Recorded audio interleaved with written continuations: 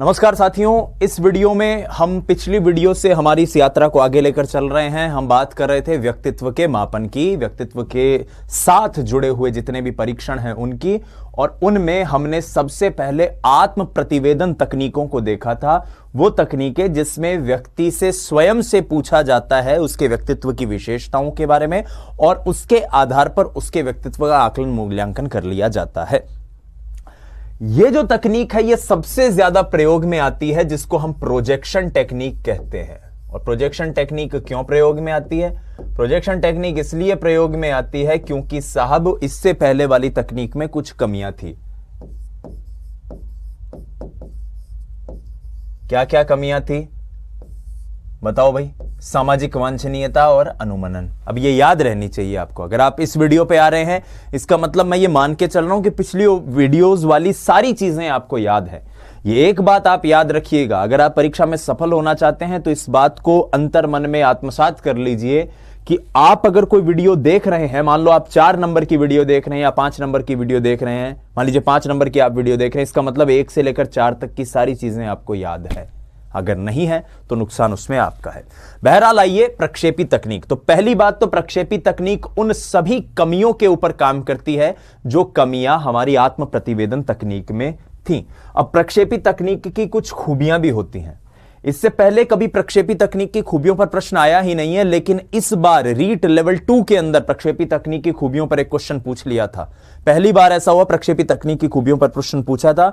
Simple सी 4-5 इसकी विशेषताएं होती हैं और ये विशेषताएं एज इट इज एनसीईआरटी में लिखी हुई हैं। कलाम एकेडमी की जो रीट की पुस्तक आई थी परीक्षा विशेषांक साइकोलॉजी की, उसमें हमने ये चीज मेंशन भी की थी, क्योंकि हमने एनसीईआरटी और राजस्थान बोर्ड को ही आधार बनाकर उन्हें तैयार किया है। आइए प्रक्षेपी तकनीक की विशेषताओं के ऊपर बात करते हैं। तो सबसे पहला बिंदु जो हमें यहां पर मिलता है वो ये कि यह अचेतन अभिप्रेरणा और भावनाओं के मूल्यांकन के लिए प्रयोग में आती है। यह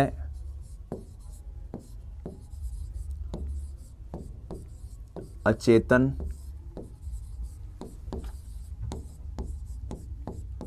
अभिप्रेरणा और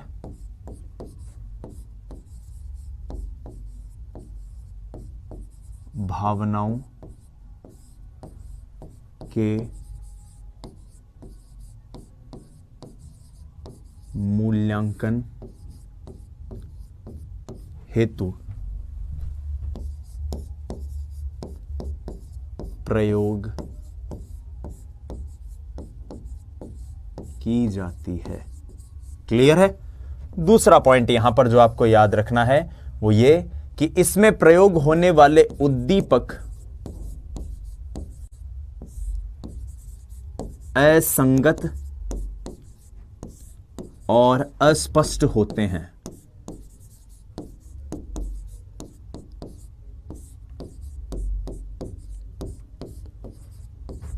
उद्दीपक प्रायः असंगत होते हैं और अस्पष्ट होते हैं। दूसरा पॉइंट आपको क्लियर। तीसरी महत्वपूर्ण बात कि इसके अंतर्गत कोई भी अनुक्रिया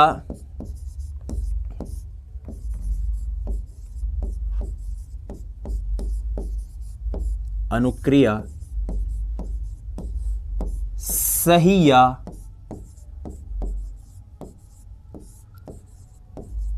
गलत नहीं होती। अगला पॉइंट, प्रायः व्यक्ति को बताया ही नहीं जाता कि उसका परीक्षण हो रहा है, कि व्यक्ति को पता ही नहीं होता कि उसका कोई टेस्ट हो रहा है क्या। ठीक है, तो ये एक पॉइंट और आप याद रख लीजिएगा कि साधारणतः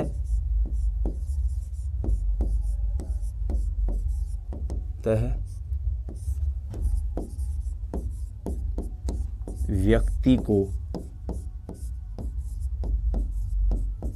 बताया नहीं जाता।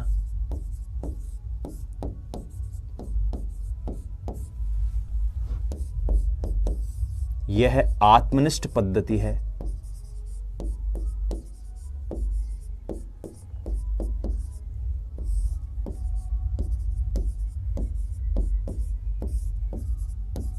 और अगर इतना कुछ इसमें है कि अस्पष्ट असंगत उद्दीपक का इस्तेमाल करना है, अनुक्रिया सही नहीं गलत हो रही है। तो इसका मतलब यहां पर जो मनोवैज्ञानिक क्लिनिकल साइकोलॉजिस्ट जो इसका उपयोग करेंगे, ये वो लोग हैं जिनको बहुत ज्यादा अनुभवी होना या जिनको बहुत ज्यादा अपने काम में कुशल और निपुण होने की जरूरत है। तो यहां पर ये लिखिए पॉइंट कि इस हेतु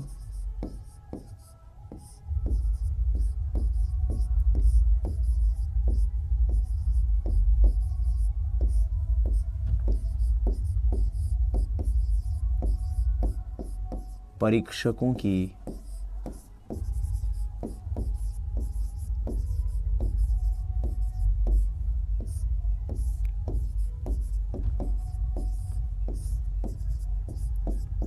आवश्यकता पड़ती है।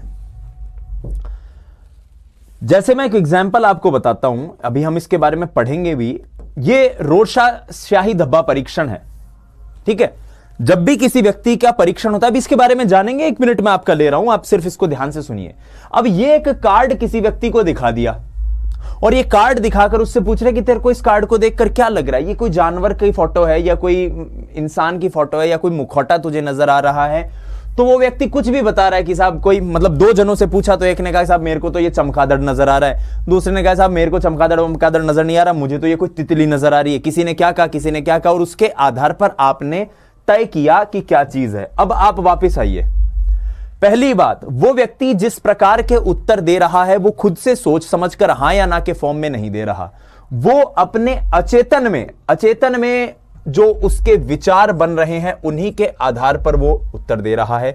तो पहला पॉइंट, अचेतन भावनाओं का मूल्यांकन, क्लियर। दूसरा, इसमें अब ये फोटो एक ऐसी थी जो किसी को चमगादड़ नजर आ रही थी, किसी को तितली नजर आ रही थी, किसी को मुखौटा नजर आ रहा था। तो जो उद्दीपक, जो चीजें प्रस्तुत की गई वो क्लियर नहीं थी, अस्पष्ट थी, असंगत थी। कोई भी अनुक्रिया सही गलत नहीं थी। जिसने तितली बोला ठीक है तुझे तितली लग रही है, कोई बात नहीं। किसी ने कहा मुझे तो कोई एक मुखौटा लग रहा है, कोई बात नहीं। तो कोई भी अनुक्रिया सही या गलत नहीं थी। और साधारणतः वो व्यक्ति पूछे यार ये मेरे को क्यों पूछ रहा है, तो उसका ठीक है ऐसे पूछ रहे हैं, ज्यादा कोई दिक्कत वाली बात नहीं है। और ये एक सब्जेक्टिव टेक्निक है, फिक्स नहीं है उत्तर। ऑब्जेक्टिव तो क्या होता है, सारी चीजें फिक्स है, या तो ये दिखेगा या ये दिखेगा। अब तुझे जो नजर आ रहा है तू उसके बारे में बता। और इस हेतु अब इस स्तर पर अगर किसी का परीक्षण करना है, यानी कि यहां पर जो परीक्षक होगा वो बहुत ही कुशल होना चाहिए। तो ये प्रक्षेपी तकनीक की कुछ खूबियां हैं, कुछ खासियत है। इससे रीट 2021 में क्वेश्चन भी आया हुआ था, इसलिए बहुत ज्यादा इंपॉर्टेंट हो जाती है ये परीक्षा के दृष्टिकोण से। अब आइए इसके अंतर्गत जो जो शामिल हैं उनकी बात करते हैं। तो स्विस मनोवैज्ञानिक हरमन रोशा का नाम यहां पर सबसे पहले आता है। इस रोशा परीक्षण को स्याही धब्बा परीक्षण भी कहते हैं और अंग्रेजी में इसे कहा जाता है ink blot test. Ink blot test इसे कहा जाता है, ठीक है। किसके द्वारा दिया गया है ये एक स्विस मनोवैज्ञानिक के द्वारा दिया गया है जिनका नाम होता है हरमन रोशा, ठीक है।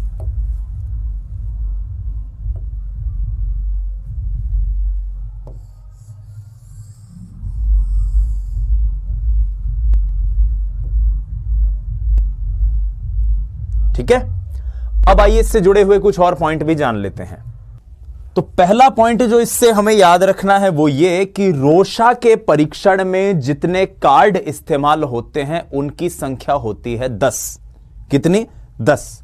तो पहला पॉइंट, हरमन रोशा, मैंने बता दिया स्विस मनोवैज्ञानिक हैं, उन्होंने व्यक्तित्व के परीक्षण के लिए ये इंक ब्लॉट टेस्ट, ये स्याही धब्बा परीक्षण प्रयोग में लिया था, जिसमें कुल जमात 10 कार्ड होते हैं जिनका प्रयोग किया जाता है अलग अलग ढंग से। मैं यहां पर कुछ महत्वपूर्ण कार्ड्स की एक फोटोग्राफ आप लोगों के लिए ले आया ताकि आपको क्लियर हो जाए कि चीजें कैसी होती हैं, ठीक है। अब ये 10 कार्ड किस प्रकार से प्रयोग में आते हैं, आइए एक एक करके इससे जुड़े हुए पॉइंट्स याद कर लेते हैं। तो पहला पॉइंट इसमें याद कीजिए,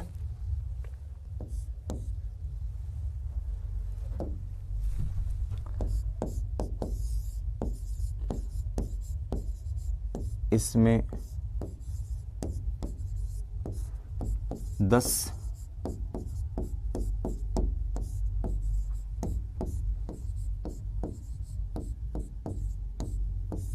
प्रयोग होता है, ठीक है। कार्ड की जो साइज है वो क्या है, 7 बाय एक के कार्ड होते हैं। ये इतने इंपॉर्टेंट नहीं है, इंपॉर्टेंट है फैक्ट क्या, 10 कार्ड का प्रयोग होता है। इन 10 कार्ड पर स्याही के कुछ धब्बे बनाकर एक तरह की डिजाइन बनी हुई रहती है, एक अस्पष्ट सी डिजाइन होती है और उसके आधार पर किसी भी व्यक्ति का, जो उसके व्यक्तित्व का परीक्षण किया जाता है। अब ये कार्ड कितने तरह के होते हैं? कार्ड ब्लैक एंड व्हाइट भी होते हैं, कार्ड रंगीन भी होते हैं और कार्ड लाल स्याही के भी होते हैं। अब इसको याद करने की मेरी एक टेक्निक है जिसको मैं आपको बता देता हूं, कई बार विद्यार्थी कंफ्यूज रहते हैं। तो देखो, काले सफेद कार्ड यानी ब्लैक एंड व्हाइट, आपको जो याद रखना है मैं यहां लिख देता हूं, ठीक है। कार्ड किस प्रकार से प्रयोग होते हैं? काले व सफेद। तो काले और सफेद अक्षर को जोड़े तो कितने अक्षर बनते हैं? 5। काले सफेद, तो 5 कार्ड ब्लैक एंड व्हाइट हो गए, ठीक है। फिर आते हैं हम लाल स्याही वाले कार्डों पर।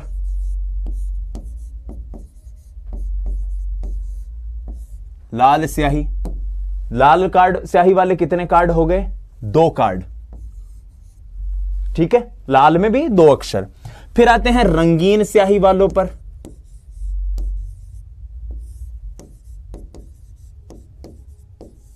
तो रंगीन में कितने अक्षर हैं? 3, तो इस तरह से 3 कार्ड। तो इस प्रकार से कुल 10 कार्ड इसके अंदर प्रयोग में आते हैं, यह बात आपको याद रहेगी, ठीक है। अब देखो, इसके अंदर मुख्यतः 2 चरण होते हैं।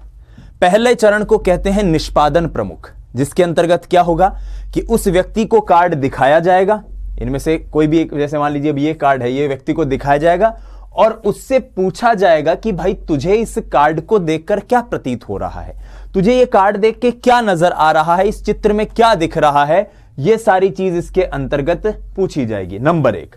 नंबर 2, जब ये व्यक्ति ने बता दिया, दूसरे चरण में क्या होगा कि अब वो जो परीक्षक है, वो जो कुशल परीक्षक है जो कार्ड दिखा रहा था, वो उसकी अनुक्रियाओं को नोट करेगा कि भाई उसने जो भी बताया, उससे पूछा जाएगा कि ये आपको क्या नजर आ रहा है पहले दृष्टिकोण में। ऑनलाइन भी आपको ये इंक प्लॉट टेस्ट मिल सकता है, आप ink plot test online Google पे सर्च करेंगे, आपको पता चल जाएगा कैसे ये टेस्ट होता है।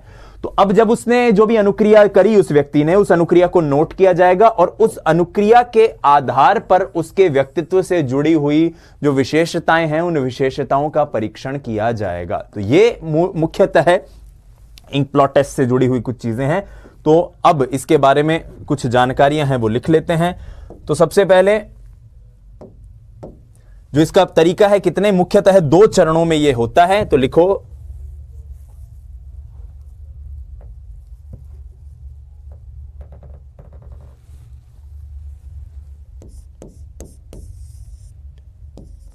यह है परीक्षण,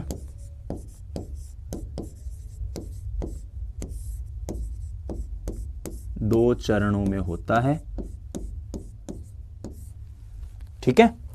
पहले चरण में तो क्या है कि उससे कार्ड दिखाया गया,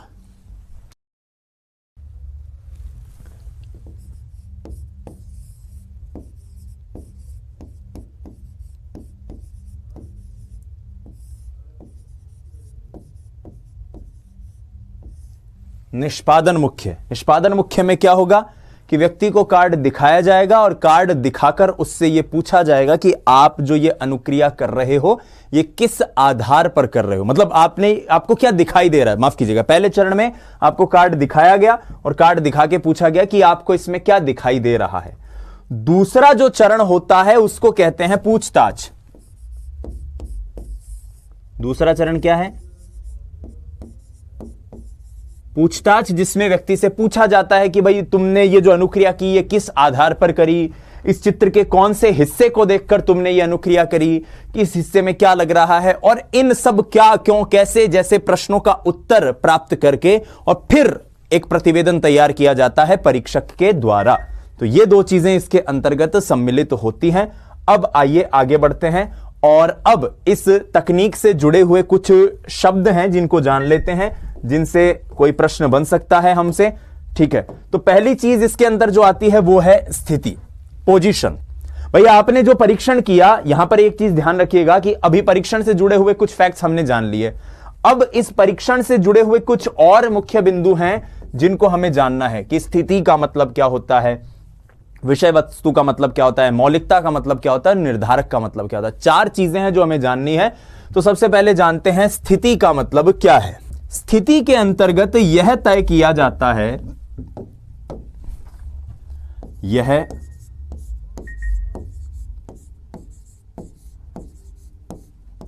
तय किया जाता है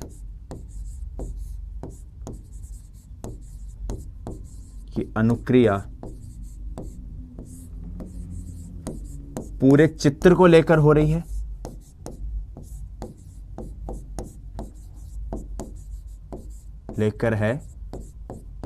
या एक पक्ष को, मतलब कोई एक हिस्सा है उसको लेकर अनुक्रिया हो रही है या फिर पूरे ही चित्र को लेकर आप वो अनुक्रिया कर रहे हो, पहली चीज। दूसरा पॉइंट इसके अंदर आता है विषय वस्तु का। विषय वस्तु में यह जाना जाता है कि जो अनुक्रिया व्यक्ति ने की है उसकी विषय वस्तु क्या है, क्या वो कोई मानव है, पशु है, क्या है, ठीक है। तो अनुक्रिया की विषय वस्तु को तय किया जाएगा।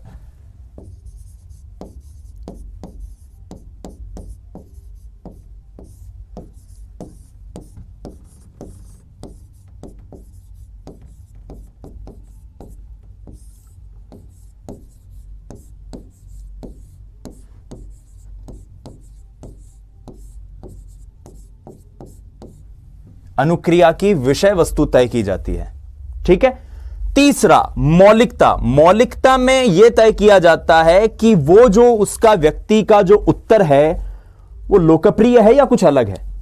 मतलब अब ये एक चित्र, माफ कीजिएगा, दिखाया गया और चित्र को दिखा के एक आगे कि यार ये आपको क्या दिख रहा है, तो उसने कहा यार मेरे को तो चमगादड़ दिख रहा है। तो ठीक है भाई, चमगादड़ दिख रहा है, जितनों को पूछते हैं सबको ही चमगादड़ दिख रहा है, तुझे भी चमगादड़ दिख रहा है, इसका मतलब ठीक है एक लोकप्रिय एक भौतिक उत्तर है। लेकिन अगर वो कहे कि नहीं मेरे को चमगादड़ नहीं दिख रहा, मुझे तो साहब ये कुछ कोई तितली दिख रही है या मुझे तो एक हाथी दिख रहा है या कुछ भी वो बोले, मैं ये नहीं कह रहा कि यही उत्तर है, तो उसका उत्तर किस श्रेणी में आता है, लोकप्रियता की श्रेणी में आ रहा है या नहीं आ रहा है, ये इसके आधार पर तय किया जाता है। तो मौलिकता में यह तय किया जाता है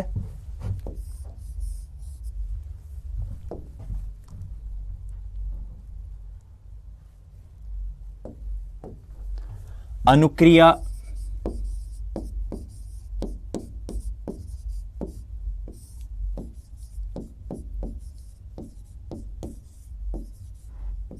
लोकप्रिय है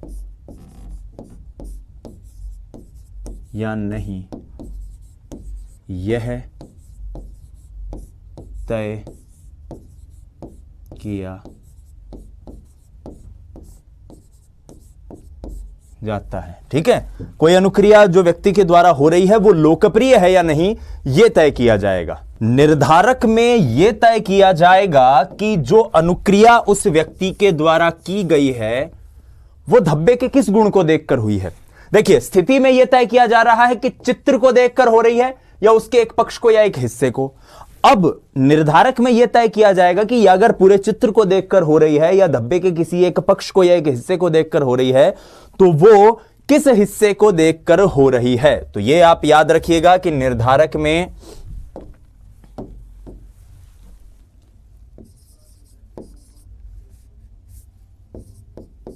धब्बे के किस गुण को देखकर या किस गुण की वजह से यह अनुक्रिया हुई, जो भी उस व्यक्ति ने अनुक्रिया की है। तो यह आपको क्लियर होगा, ठीक है। अब इसके खातिर जो अक्षर संकेत प्रयोग में आते हैं वो 24 अक्षर संकेत हैं। यह एक संख्या आपको याद रखनी है कि इस पूरे परीक्षण में जितने अक्षर संकेत यानी जिन संकेतों को पहले से तय किया जाता है तो वो कितने हैं, 24 अक्षर संकेतों के आधार पर व्यक्तित्व का परीक्षण होता है। तो यह पॉइंट आपको क्लियर रहेगा, 24 अक्षर संकेत। यहां पर रोरशाक परीक्षण के जैसा एक परीक्षण और है जिसको आपको याद रखना है और वो है होल्जमैन का परीक्षण। होल्जमैन का परीक्षण है। होल्जमैन के परीक्षण में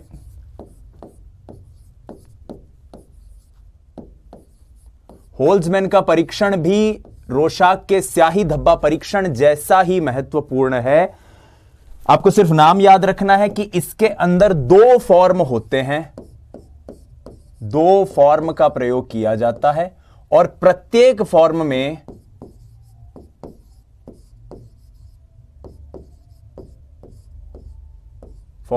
45 कार्ड होते हैं। तो कुल दोनों फॉर्म के मिलाकर कितने कार्ड हो गए?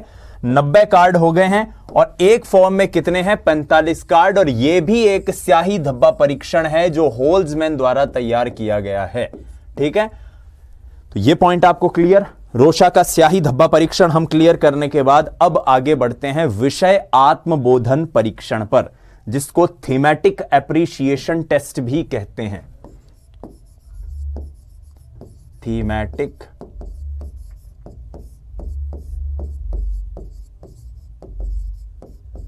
Appreciation test. Thematic appreciation test जो है वो विषय आत्मबोधन परीक्षण कहलाता है। ठीक है, इसे प्रसंगात्मक आत्मबोधन परीक्षण या और भी कई नाम है इसके, लेकिन अंग्रेजी में इसका एक ही नाम है, थीमेटिक। क्या थीम है, बात की थीम क्या है, अपन ऐसे बोलते ना यार इस कहानी की थीम क्या है, वैसा थीमेटिक एप्रिसिएशन टेस्ट। इसको लेकर आपको दो नाम याद रखने हैं, एक हेनरी मुरे और एक क्रिस्टीना डी मॉर्गन। तो मॉर्गन और मुरे नाम के ये दो मनोवैज्ञानिक हैं। हेनरी मुरे की गर्लफ्रेंड थी, उनका नाम था क्रिस्टीना डी मॉर्गन। तो मॉर्गन एवं मुरे ने मिलकर यह परीक्षण तैयार किया है। क्या है इस परीक्षण की बारीकियां, अभी जानने की चेष्टा करते हैं। मॉर्गन मुरे का नाम आपको याद रखना है पहली बात तो। ठीक है, आइए अब इससे जुड़े हुए कुछ महत्वपूर्ण बिंदुओं को समझ लेते हैं। तो पहला बिंदु क्या है?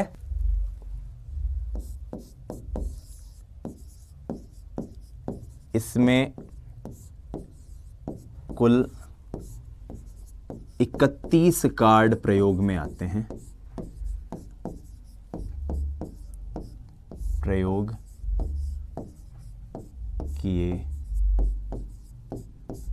जाते हैं। कितने कार्ड? 31 कार्ड प्रयोग।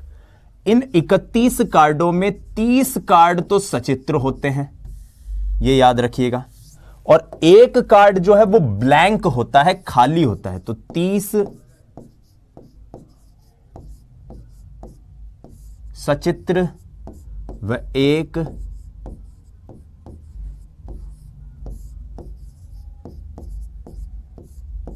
खाली कार्ड। 30 सचित्र कार्ड यानी 30 कार्डों पर चित्र बने हुए होंगे और एक कार्ड होगा खाली। चित्र कैसे बने हुए होते हैं? इस तरह के चित्र बने हुए होते हैं। ठीक है, आप देख रहे हो इस प्रकार के चित्र बने हुए होते हैं। अब होता क्या है इस परीक्षण में, आइए जानने की कोशिश करते हैं। तो इस परीक्षण में क्या होगा कि व्यक्ति को कार्ड दिखाए जाते हैं। अब कार्ड से जुड़ी हुई एक चीज और है,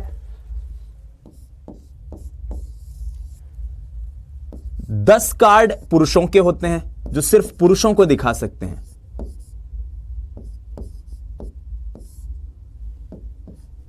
10 कार्ड होंगे स्त्रियों के और 10 कार्ड होंगे समान। ठीक है, आज की तारीख में अगर बात करूं तो मनोवैज्ञानिक जब भी इस टेस्ट को, थीमेटिक एप्रिसिएशन टेस्ट को आप प्रयोग में लेते हैं तो 5 से 12 कार्ड के बीच का प्रयोग करते हैं। लेकिन टेक्निकली इसमें जो 30 कार्ड है उसमें 10 पुरुषों के होंगे, 10 स्त्रियों के होंगे और 10 होंगे जो समान कॉमन जेंडर के, यानी पुरुष पर भी प्रयोग में लिए जा सकते हैं, स्त्री पर भी लिए जा सकते हैं। तो एक व्यक्ति पर जब भी परीक्षण होता है तो यह परीक्षण किस प्रकार से होगा समझते हैं। यह परीक्षण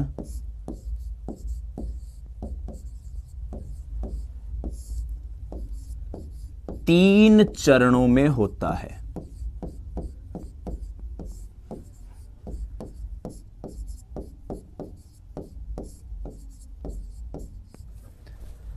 तीन चरणों में कैसे कि पहले पुरुष को पुरुषोचित कार्ड दिखाए जाएंगे, उसके बाद उसको समान कार्ड दिखा दिए जाएंगे, दोनों में 24 घंटे का अंतराल। स्त्री की बात करें तो स्त्री को पहले स्त्रियोचित कार्ड दिखा दिए जाएंगे, फिर जो समान कार्ड है, कॉमन कार्ड है, वो दिखाए जाएंगे। तो ये 2 चरण हो गए। और तीसरा चरण होता है साक्षात्कार का। साक्षात्कार का चरण क्यों होता है? क्योंकि इन 2 चरणों में जो कार्ड व्यक्ति ने देखे हैं, उन कार्डों को देखकर उसको एक कहानी लिखनी होती है। समझ रहे हो आप कि जो कार्ड उस व्यक्ति ने देखे हैं, उन कार्ड्स को देखकर उस व्यक्ति को एक कहानी लिखनी होती है कि भाई उसको इन कार्डों को देखकर क्या लग रहा है। अब जैसे एक व्यक्ति को ये दिखाया कि ये 2 महिला हैं, इन महिलाओं को देखकर आपको क्या लग रहा है, तो उसको लगेगा कि कुछ भी लग सकता है कि ये तो मुझे मेरे जैसी लग रही है, ये मुझे एक ऐसे समाज की एक ऐसी औरत जैसी लग रही है जो मुझे हमेशा इंस्पेक्ट करती रहती है, मुझे हमेशा जिसका डर बना रहता है।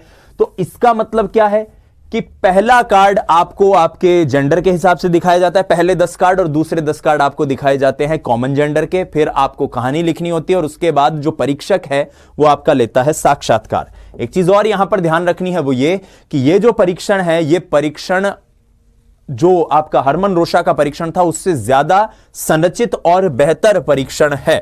अब देखिए आगे लिखते हैं।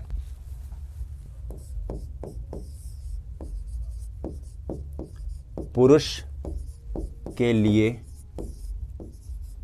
पुरुषोचित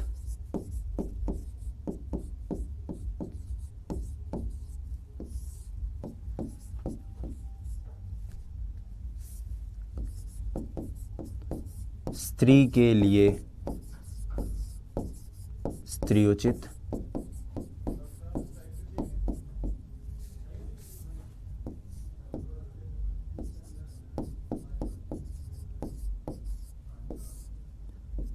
फिर समान कार्ड,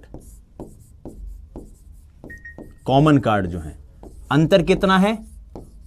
24 घंटे का अंतर इनमें होगा। ये आपको तथ्य हैं जो याद रखने की। भाई क्वेश्चन पूछ ले कि 2 कार्डों को दिखाने के बीच में इसके अंदर थीमेटिक एप्रिसिएशन टेस्ट के अंदर अंतर कितना रखा जाता है, तो 24 घंटे का अंतर रखा जाता है। कितने चरणों में होता है साहब? 3 चरणों में होता है। तीसरा चरण कौन सा होता है? तो साहब साक्षात्कार का चरण होता है। तीसरा चरण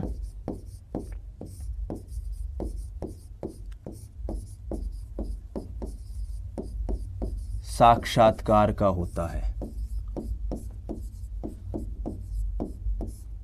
इंपॉर्टेंट पॉइंट है, ये आपको याद रखना है। सबसे इंपॉर्टेंट पॉइंट जो आपको इसमें याद रखना है वो ये कि थीमेटिक एप्रिसिएशन टेस्ट, प्रसंगात्मक आत्मबोध परीक्षण का, विषय आत्मबोध परीक्षण का जो भारतीय संस्करण है वो उमा चौधरी ने तैयार किया है। तो ये याद रख लेना, इसका भारतीय संस्करण उमा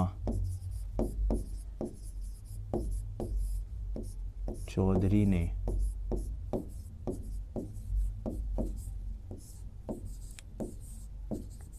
तैयार किया। ठीक है, भारतीय संस्करण किसने तैयार किया है? उमा चौधरी ने। अब इससे जुड़े हुए जो फैक्ट्स हैं, जो शब्दावलियां हैं, उनको जान लेते हैं। ये मैंने कार्ड आपको एक दिखा दिया ताकि आपको क्लियर हो जाए।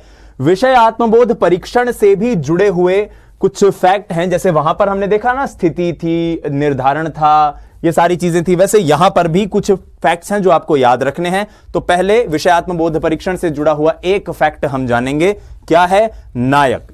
कि जो बालक ने या बालिका ने कहानी लिखी है, जो व्यक्ति ने कहानी लिखी है, उस कथानक का नायक कौन है?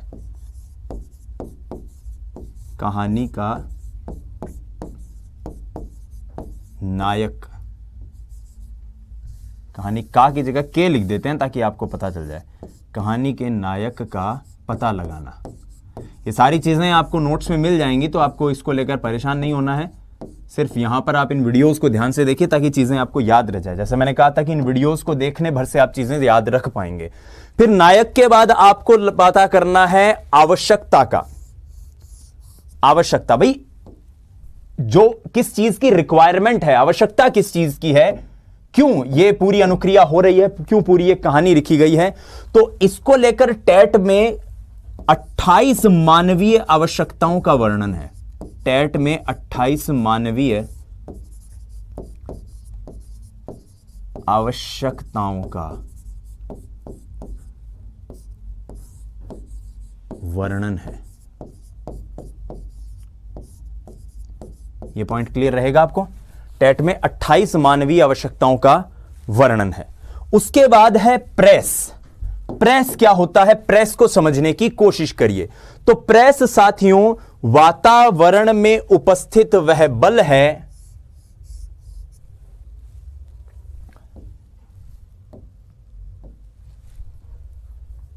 जिससे आवश्यकता पूर्ति में मदद मिलती हो। तो वातावरण में उपस्थित वह बल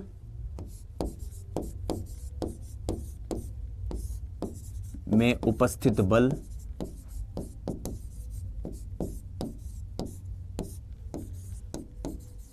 जिससे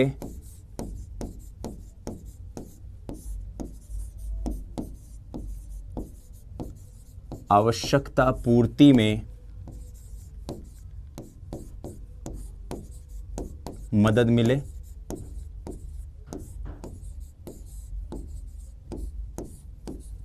या जिसके अभाव में व्यक्ति की आवश्यकता की पूर्ति ना हो पाए, वो उससे वंचित रह जाए। तो ये बात प्रेस के अंतर्गत हमें पता चलती है।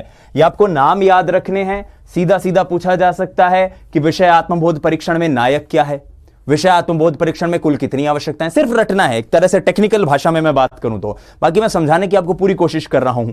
प्रेस का मतलब क्या है, थीमा का मतलब क्या है, परिणाम का मतलब क्या है। अब थीमा का मतलब क्या है? थीमा एक ऐसी विषय वस्तु है, एक ऐसी चीज है जो आवश्यकता और प्रेस की अंतःक्रिया से जन्म लेती है और जो व्यक्तित्व के इस परीक्षण में सबसे महत्वपूर्ण भूमिका निभाती हो। ठीक है, आवश्यकता और प्रेस की अंतःक्रिया से उत्पन्न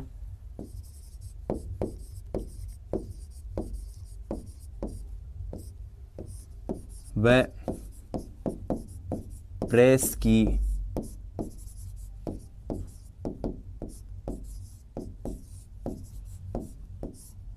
से उत्पन्न आवश्यकता व प्रेस की अंतःक्रिया से उत्पन्न यह व्यक्तित्व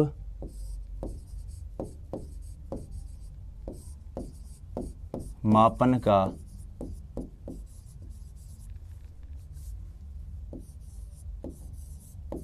महत्वपूर्ण अंग है। फिर अंत में आता है परिणाम, और परिणाम में यह तय किया जाता है कि जो कहानी उस व्यक्ति के द्वारा लिखी गई है, उन कार्ड को देखकर उस कहानी को समाप्त कैसे किया गया है। ठीक है, कि कहानी को समाप्त कैसे किया गया है, समाप्त कैसे किया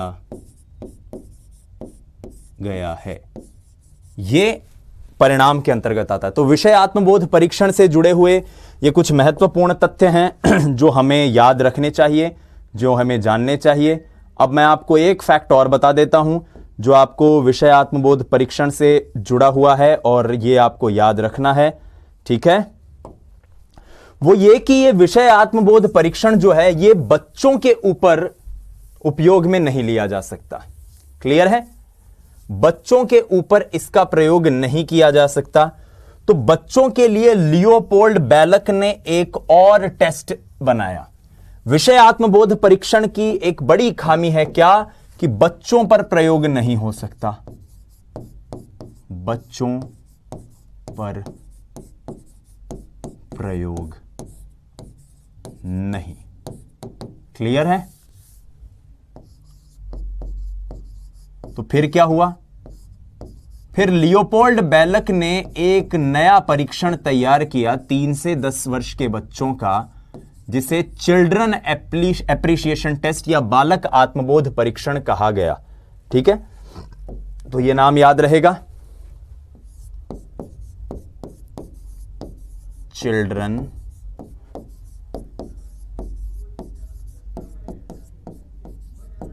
एप्रिसिएशन टेस्ट। किसके द्वारा है ये? लियोपोल्ड बैलक के द्वारा यह टेस्ट तैयार किया गया है। तो यह पॉइंट एक आप मिस मत कीजिएगा, इसको जरूर याद रखिएगा कि लियोपोल्ड बैलक ने बालक आत्मबोधन परीक्षण की बात कही है। ठीक है, क्या है इससे जुड़े हुए बिंदु? इससे जुड़े हुए 2 महत्वपूर्ण बिंदु हैं जो आपको याद रखने हैं। पहला कि ये बच्चों के लिए है, ठीक है। 3 से 10 वर्षों 3 से 10 वर्ष के बच्चों पर प्रयोग,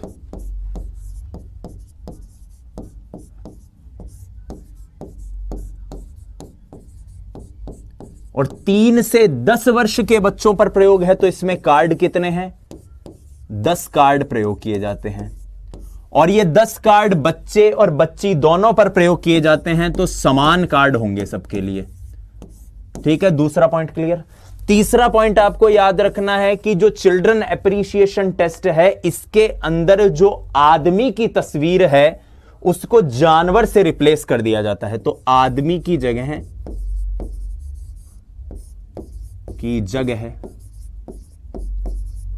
जानवर के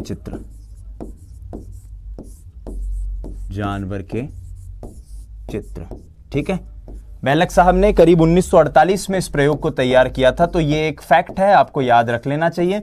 बाकी इतने फैक्चुअल डेटा पूछता नहीं है, तो बस ये चीज है। 3 से 10 वर्ष के बच्चों पर प्रयोग, 10 कार्ड हैं जो समान है और आदमी की जगह इसमें जानवर के चित्र लिए गए हैं।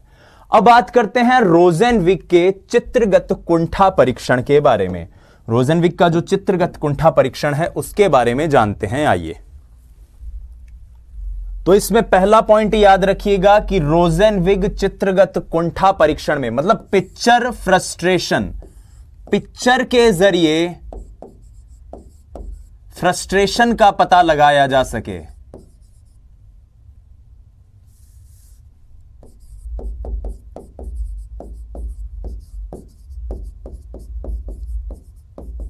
ठीक है। ये पिक्चर फ्रस्ट्रेशन टेस्ट बताता है। तो पहला पॉइंट आपको इसमें याद रखना है कि इसमें कुल 24 कार्टून कार्ड का प्रयोग होता है, कार्टून कार्ड का प्रयोग होता है,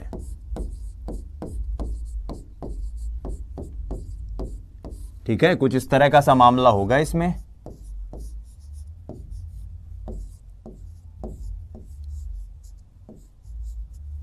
ठीक है।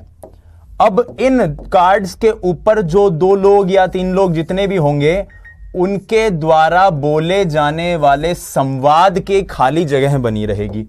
तो यह पॉइंट भी याद रहेगा कि संवाद के लिए खाली जगह बनी होती है, खाली जगह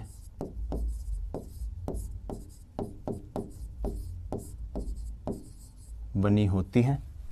और तीसरा महत्वपूर्ण पॉइंट कि इसका भारतीय संस्करण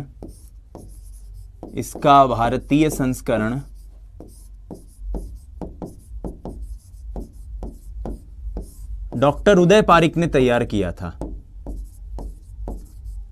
डॉक्टर उदय पारिक राजस्थान के ही निवासी हैं, जयपुर जिले से संबंध है उनका, और कुछ वर्षों पहले उनका देहांत हो गया था।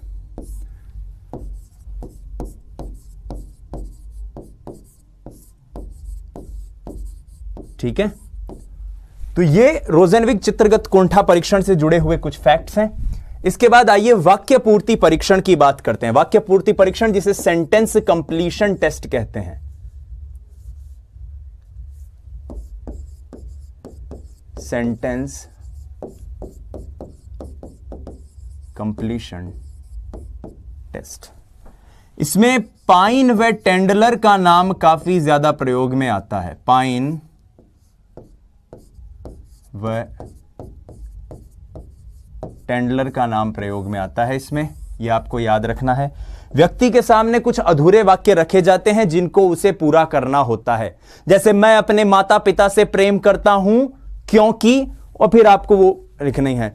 मैं एक बड़ा अधिकारी या बड़ा शिक्षक बनना चाहता हूं क्योंकि, अब इसके आगे का वाक्य आपको खुद को लिखना होता है और उसके आधार पर उसके अचेतन मन के भावों और विचारों का अध्ययन होता है। तो मेरे ख्याल से ये पॉइंट आपको क्लियर हो गया होगा। अब इसके बारे में लिख लेते हैं 1-2 पॉइंट, ठीक है।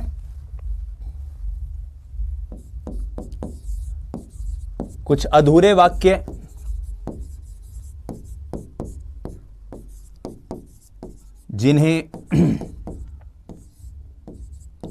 जिन्हें पूरा करना है। वाक्य जैसे समाप्त होता है उसके आधार पर, वाक्य जैसे समाप्त होता है उसके आधार पर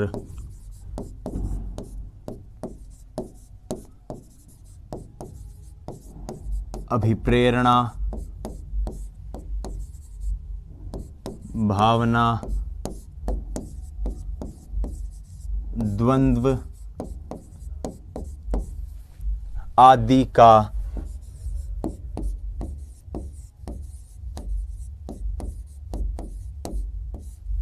विश्लेषण होता है। ठीक है, क्लियर है? छोटे छोटे पॉइंट्स हैं जो अब आपको याद रखने। महत्वपूर्ण जो प्रक्षेपी तकनीक में है वो है आपके रोरशा और थीमेटिक एप्रिसिएशन। बाकी में आपको नाम याद रखना है और कुछ एकाध बिंदु याद रखनी है। अब जो शब्द साहचर्य परीक्षण है उसकी बात करते हैं, वर्ड एसोसिएशन टेस्ट।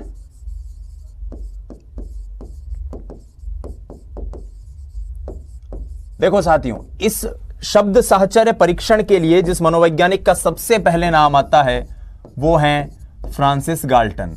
हालांकि आपको यह भी याद रखना है कि इस परीक्षण के लिए कार्ल युंग ने, मैंने पिछली वीडियो में कहा ना कार्ल युंग का नाम आएगा भी, कार्ल युंग ने 100 शब्दों की एक सूची तैयार करी थी 1904 में। यह भी आपको वाक्य याद रखना क्योंकि ये जो लाइन मैंने कार्ल युंग वाली बोली है एनसीईआरटी में एज इट इज मेंशन करी गई है। अब इसमें होता क्या है, व्यक्ति के सामने कुछ शब्द बोले जाते हैं और उन शब्दों के आधार पर जो उस व्यक्ति की प्रतिक्रिया होती है, उस प्रतिक्रिया के आधार पर उसकी अचेतन भावनाओं को रखा जाता है। ठीक है, कुछ निश्चित शब्दों को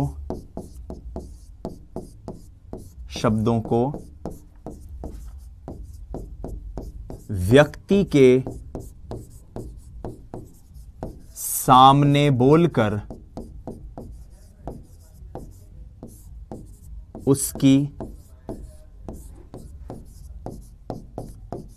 त्वरित अनुक्रिया को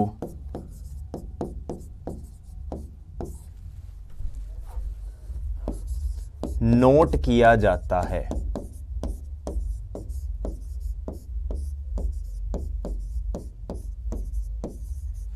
फिर 1904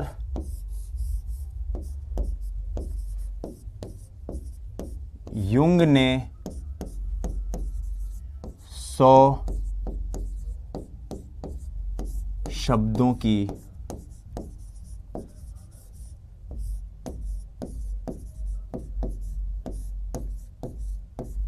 सूची तैयार की थी।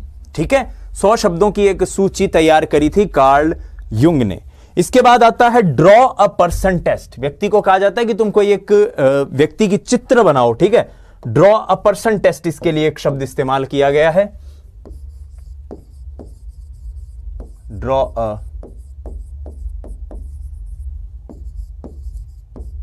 Person test. क्या है ये ड्रॉ एंड पर्सन टेस्ट?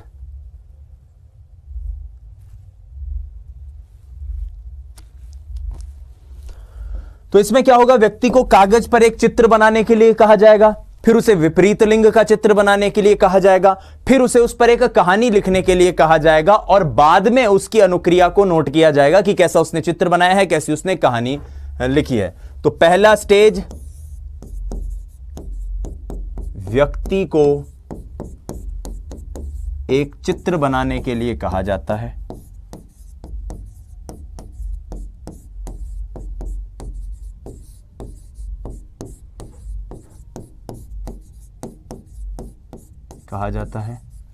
फिर उसे विपरीत लिंग का चित्र बनाने के लिए कहा जाता है।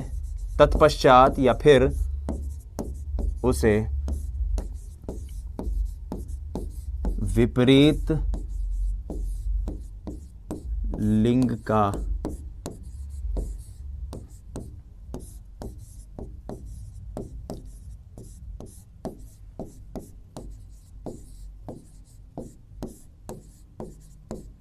कहा जाता है और तत्पश्चात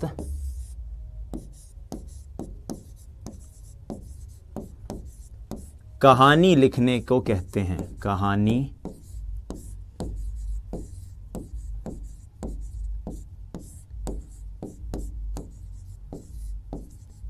के लिए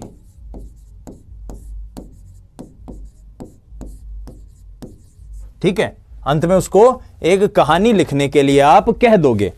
अब जैसे वो चित्र बनाएगा, मान लो उसने मुखाकृति का लोप कर दिया, इसका मतलब वो कुछ द्वंद्व का सामना कर रहा है। गर्दन पर उसने कुछ ज्यादा बल दे दिया है चित्र बनाने में, वो कुछ और चीज बताई जाती है। तो इस प्रकार से हर एक चीज उसमें कुछ ना कुछ बातें बताएगी कि वो किस प्रकार का चित्र बना रहा है, किस तरह की वो बात कर रहा है। अब इसमें जैसे मान लो उसने चेहरे को जब बनाया, वो चित्र बनाया, तो उसने चेहरा बनाया ही नहीं, मुखाकृति का लोप, चेहरा हटा दिया। ये एनसीईआरटी में 3 बिंदु लिखे हुए हैं, ये आपको नोट्स में मिल जाएंगे, मैं सिर्फ समझा रहा हूं आपको।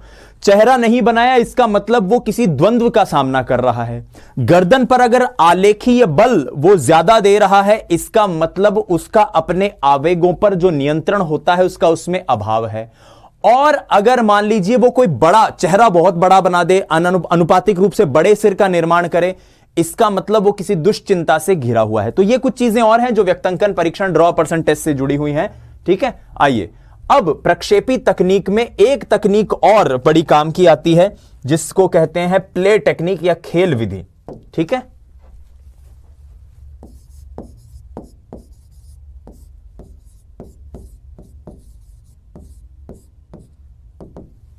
खेल विधि से जो मनोवैज्ञानिक जुड़े हुए हैं उनका नाम होता है मार्गरेट लावेनफेल्ड। ठीक है,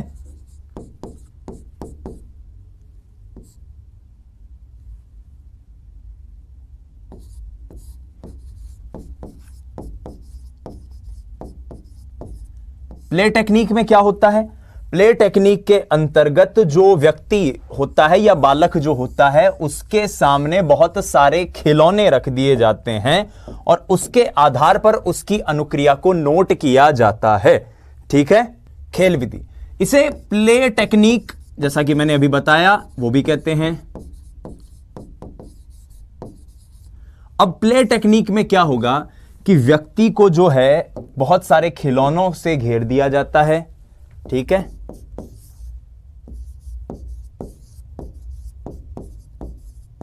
खिलौनों से घिर जाता है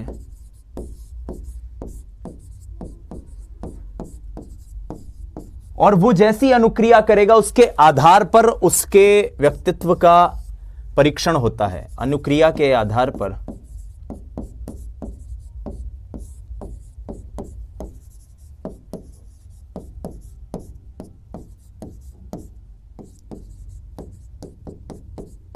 व्यक्तित्व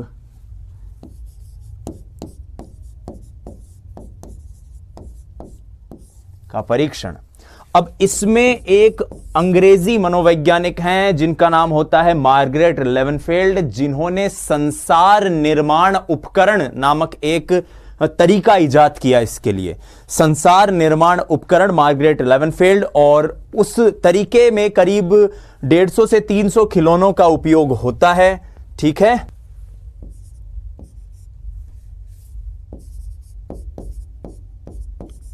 मार्गरेट लेवेनफेल्ड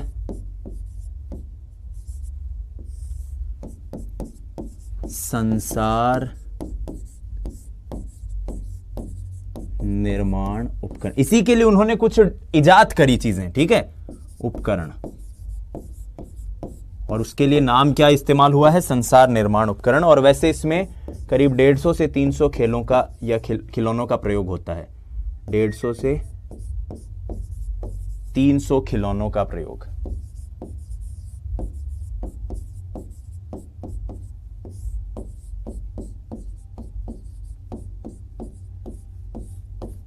ठीक है, तो ये आपको इसके अंतर्गत याद रखनी है चीजें। प्रक्षेपी तकनीक के अंतर्गत कई कमियां, कई खामियां, कई समस्याएं हैं। क्या हैं वो समस्याएं? 2 शब्द आपको याद में रखने हैं। पहली है अंक प्रदान करने की विश्वसनीयता।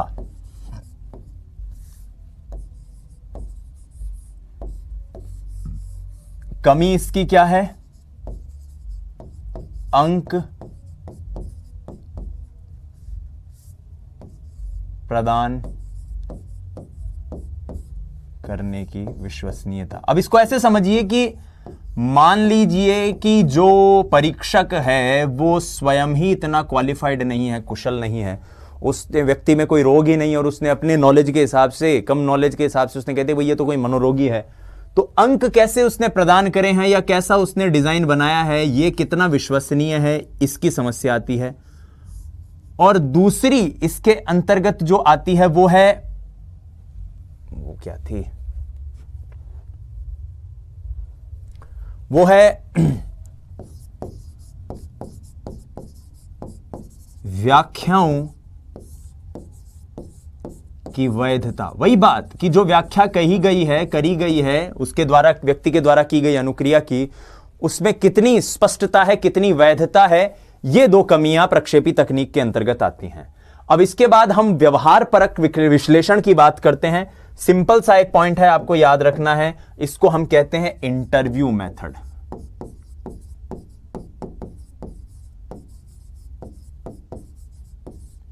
साक्षात्कार विधि।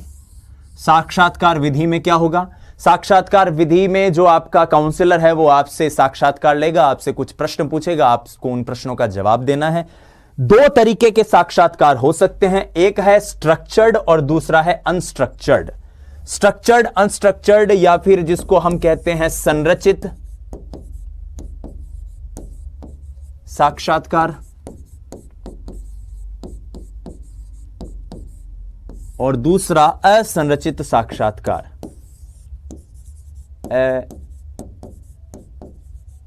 असंरचित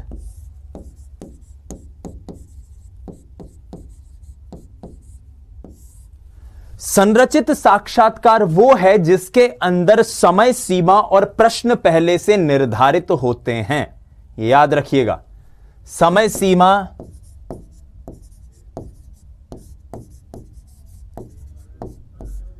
व प्रश्न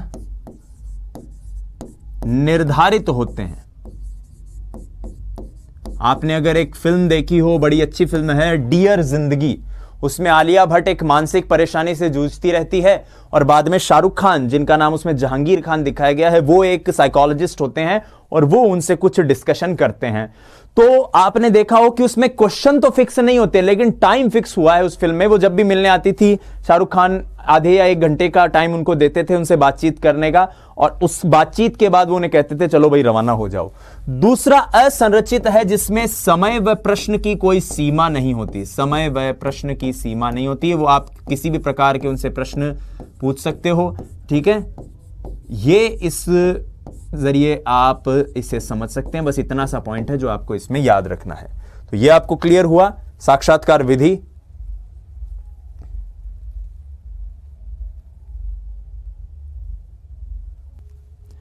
इसके बाद आता है प्रेक्षण। प्रेक्षण को हम आम भाषा में कहते हैं ऑब्जर्वेशन। आपको बस ये नाम याद रखने हैं। तो क्या होगा कि किसी व्यक्ति का अन्य व्यक्तियों के साथ कैसा व्यवहार है। भाई मेरा अगर अध्ययन कर रहे हैं तो मैं बाकी लोगों के साथ कैसे व्यवहार कर रहा हूं, उस व्यवहार का अध्ययन करके, उसको ऑब्जर्व करके व्यक्तित्व का एक तरह से मापन किया जाता है, जिसके लिए मनोवैज्ञानिक का बहुत ज्यादा प्रशिक्षित होना अनिवार्य है। किसी व्यक्ति का अन्य व्यक्तियों से व्यवहार,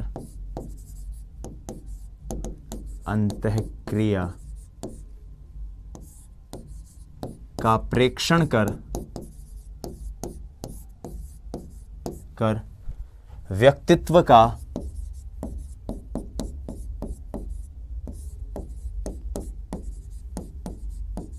मापन किया जाता है। ठीक है, आगे इसमें एक पॉइंट और याद रखिएगा। पॉइंट सिंपल सा है कि मनोवैज्ञानिक का प्रशिक्षित होना अनिवार्य है।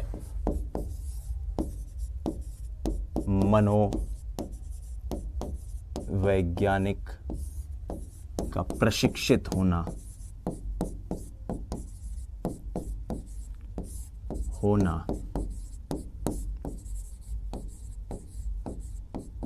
अनिवार्य है। फिर आता है नाम निर्धारण। नाम निर्धारण, नाम निर्धारण क्या है, आइए जानने की कोशिश करते हैं। भाई, जिस व्यक्ति का व्यक्तित्व निर्धारित हो रहा है उससे नहीं पूछा जाएगा, उसके जो घनिष्ठ संबंधी हैं उनको एक एक मापनी पकड़ाई जाएगी और बोला जाएगा कि आप बताओ ये व्यक्ति कैसा है। ठीक है, तो व्यक्ति के घनिष्ठ संबंधी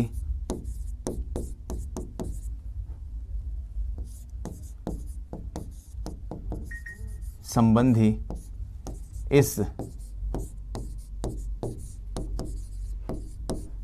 परीक्षण का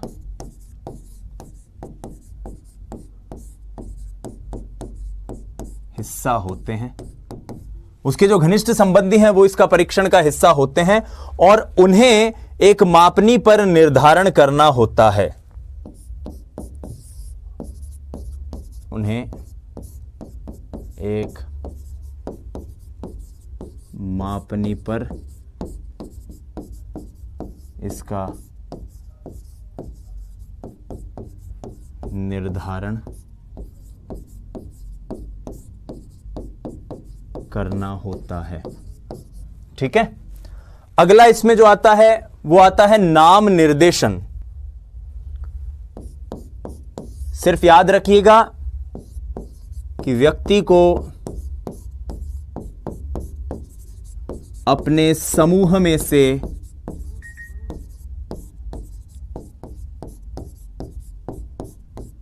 एक को चुनने के लिए कहा जाता है और उसी आधार पर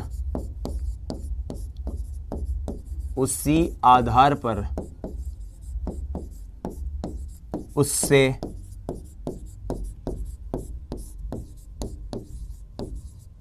प्रश्न होते हैं। अंत में आता है इसमें स्थिति परक परीक्षण यानी सिचुएशनल टेस्ट। व्यक्ति के सामने एक सिचुएशन, एक स्थिति क्रिएट कर दी जाती है और उस स्थिति के आधार पर वो व्यक्ति, जैसे अभी मुझे कहा जाए आप मान लीजिए कहीं पर जा रहे हैं और आप जिस बस में जा रहे हैं उस बस में आग लग जाए, अब आप क्या करोगे। इस प्रकार की कोई स्थिति उस व्यक्ति को दी जाती है और उस स्थिति के आधार पर उसके व्यक्तित्व का विश्लेषण किया जाता है।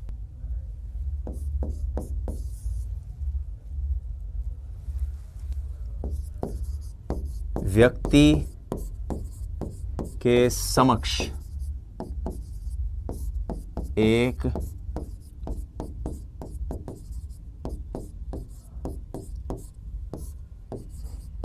का निर्माण करके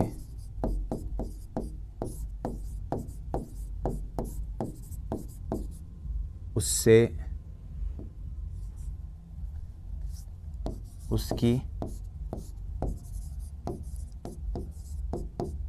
अनुक्रिया का अध्ययन किया जाता है। मतलब आपके सामने वास्तव में ऐसी सिचुएशन बना दी और बोला अब आप एक्ट करो, इसके अंदर आप कोई भी कार्य करो। अनुक्रिया का अध्ययन किया जाता है, नंबर 1। नंबर 2, अन्य लोग उसके मार्ग में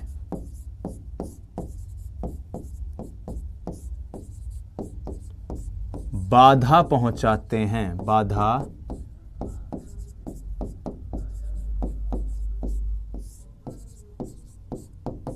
ठीक है, बाकी लोग उसके मार्ग में बाधा पहुंचाएंगे और उसके आधार पर उस व्यक्ति का जो स्थिति परक व्यवहार है कि किसी स्थिति में, किसी सिचुएशन में वो कैसे एक्ट कर रहा है, सिचुएशनल टेस्ट जो है वो किस सिचुएशन के अंदर वो कैसे काम कर रहा है, ये उसी के आधार पर तय किया जाता है। तो ये पॉइंट आपको अच्छे से क्लियर हो गया। यहां पर हमारा ये टॉपिक एक तरह से व्यक्तित्व का जो मापन है वो पूरा क्लियर हो जाता है। अब हम इसके अंतर्गत एक बार आज जो हमने पढ़ा उसको पढ़ लेते हैं। सबसे पहले हमने जानी थी प्रक्षेपी तकनीक की कुछ खूबियां कि ये अचेतन व्यवहार का अध्ययन करती है, असंगत इसमें उद्दीपक होते हैं, सही गलत अनुक्रिया नहीं होती, आत्मनिष्ठ पद्धति होती है और कुशल परीक्षकों की इसमें जरूरत पड़ती है। Rorschach ink blot test, Hermann Rorschach, 10 कार्डों का प्रयोग 5, 2 और 3 2 चरणों में यह होता है और इस प्रकार से उसको व्यक्ति को कुछ कार्ड दिखाए जाते हैं। स्थिति, विषय वस्तु, मौलिकता और निर्धारक, ये 2 चीजें होती है। होल्जमैन ने भी अपना इंक ब्लॉट टेस्ट दिया है जिसमें प्रत्येक फॉर्म में 45 कार्ड होते हैं और 2 फॉर्म इसमें होते हैं। फिर हमने विषय आत्मबोधन परीक्षण मॉर्गन व मुरे का देखा, कुल 31 कार्ड, 30 सचित्र, 1 खाली, 10 पुरुष, 10 स्त्री और 10 समान कार्ड इसमें होते हैं। परीक्षण 3 चरणों में होता है। पहले आपको आपके जो आपका लिंग है, जेंडर है, उसका कार्ड दिखाया जाएगा, उसके बाद आपको दिखाया जाएगा कॉमन कार्ड, फिर कहानी लिखने को कहा जाएगा और फिर उसके आधार पर अनुक्रिया करवाई जाएगी कि कहानी का नायक कौन है, क्यों, किन आवश्यकताओं की बात हुई। 28 मानवीय आवश्यकताओं का वर्णन है। वातावरण में वो बल जिसकी वजह से किसी आवश्यकता की पूर्ति हो सके। थीमा और परिणाम चेक किया जाता है कि कहानी का परिणाम क्या रहा। फिर लियोपोल्ड बेलक ने बताया कि विषय आत्मबोध परीक्षण बच्चों पर प्रयोग नहीं हो सकता, इसलिए चिल्ड्रन एप्रिसिएशन टेस्ट आया 1948 में। 3 से 10 साल के बच्चों पर प्रयोग है। 10 कार्ड हैं और आदमी की जगह जानवर के चित्र इसमें उपयोग में आते हैं। रोजनविग चित्रगत कुंठा परीक्षण 24 कार्डों का प्रयोग है, खाली जगह बनी होती है संवाद के लिए। उदय पारिक ने भारतीय संस्करण तैयार किया। वाक्य पूर्ति परीक्षण पाइन एंड टेंडलर, अधूरे वाक्य जिन्हें पूरा करना है। उसके बाद बात करते हैं वर्ड एसोसिएशन, गाल्टन ने सबसे पहले इस पे काम किया। व्यक्तांकन परीक्षण, व्यक्ति के सामने कोई चित्र बनाने के लिए कहा जाता है। उसके बाद खेल विधि, प्ले टेक्निक। उसके बाद हमने बात करी है कुछ व्यवहार परक विश्लेषण की जिसमें साक्षात्कार विधि है। केस स्टडी भी इसके अंतर्गत आती है कि व्यक्ति के केस की स्टडी कर ली जाए। प्रेक्षण विधि जिसमें किसी के व्यवहार का अन्य के साथ उसकी अनुक्रिया का प्रेक्षण किया जाता है। निर्धारण कि घनिष्ठ संबंधियों से पूछा जाता है कि आप बताओ कि क्या स्थिति है उस व्यक्ति की। नाम निर्देशन, व्यक्ति को अपने समूह में से एक को चुनने के लिए कहा जाता है और उसके आधार पर उससे टेस्ट होते हैं। स्थिति परक परीक्षण की एक काल्पनिक स्थिति बनाई जाती है और उस काल्पनिक स्थिति के आधार पर उस व्यक्ति से अनुक्रिया करवाई जाती है। बहरहाल बहुत बहुत धन्यवाद आप सभी इस लेक्चर से जुड़े। धन्यवाद। जय हिंद, वंदे मातरम। स्वस्थ रहिए, मस्त रहिए, अपनी तैयारी में व्यस्त रहिए। बहुत बहुत आभार। नमस्कार।